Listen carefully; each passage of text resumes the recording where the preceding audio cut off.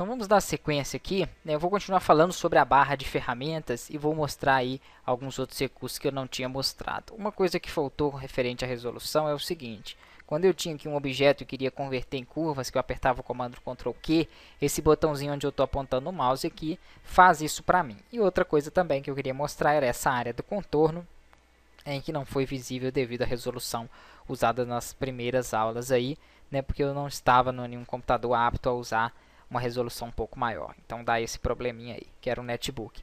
Então aqui, se eu clicar em converter em curvas, nessa área onde eu estou posicionando o mouse aqui, ele quebra para mim os pontos e eu posso editar ele com a ferramenta Form. É a mesma coisa que o Ctrl Q que eu ensinei para vocês. Então essa é a diferença aí.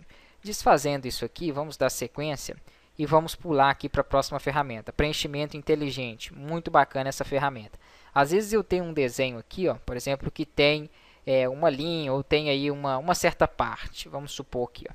Esse círculo de fundo, se eu clicar nele e colocar uma cor, ele pega todo. Se eu quiser uma cor de um lado e outra de outro, o que faz para mim isso é o preenchimento inteligente. Então, se eu escolher aqui, por exemplo, uma cor, eu vou dar um OK aqui, clicar, olha lá que bacana, ele coloca ela para mim. Aqui em cima também eu posso especificar uma cor para ele. Vou colocar aqui, por exemplo, amarelo. Então, eu cliquei naquela área, ele entendeu que é somente essa área em que ele vai preencher ali para mim com cor.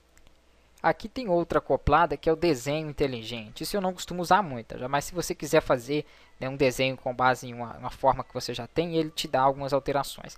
Aqui eu tenho um círculo. Se eu clicar e puxar, ele vai entender que eu quero puxar só a metade dele. Aí ele me dá até algumas posições para me fazer isso aí.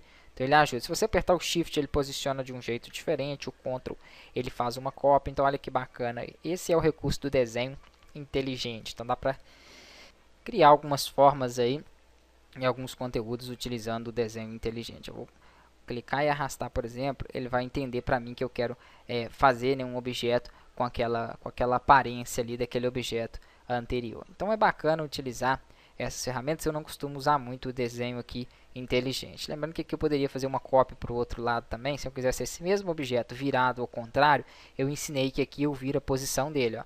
Mas se eu quiser também usar o Ctrl, depois a gente vai usar isso aí em aulas mais para frente, ó, se eu clicar, segurar o Ctrl e arrastar, ele vira também de lado, ó, com o Ctrl. E mantém o eixo, que é a direção ali. Ah, mas e se eu quiser clicar, né, trocar de lado e duplicar? O que duplica ao você arrastar um objeto, ó, é o botão direito. Então, se eu clicar, segurar e arrastar, apertar com o botão direito, eu duplico. Aí significa que se eu pressionar o Ctrl, posicionar nessa alça da direita, clicar com o Ctrl pressionado, arrastar, ainda não soltei a tecla Ctrl.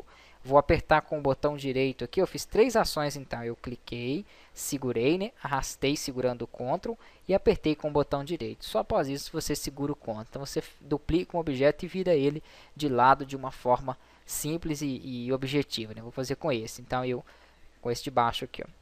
Eu seguro o Ctrl, pego a alça aqui, né, da esquerda, seguro, clique e arrasto. Pronto. Se eu soltar o Ctrl, né, e soltar o objeto, ele só vai trocar de lado, mas eu quero que ele duplique. Então, o que faz duplicar o botão direito. Então, creio que isso aqui está bem entendido aí. Nada impede também de eu duplicar ele, Ctrl D, como eu ensinei, ou tecla mais, e virar aqui o lado. Mas aí eu tenho que posicionar a mão, ele não vai manter aquela direção direitinha ali, certinho. Para mim, eu vou ter um pouquinho mais aí de trabalho. Então, da forma que eu mostrei, é uma coisa mais objetiva. Se eu quiser selecionar todos os objetos de uma vez, Ctrl A e apertar o Delete aqui somente para limpar a área de trabalho.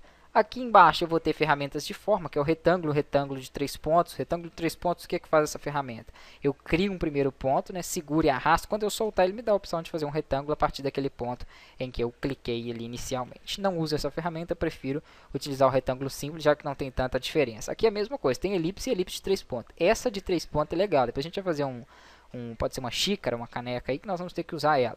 É um exercício legal para usar essa ferramenta. Então eu clico, seguro e arrasto, a mesma coisa.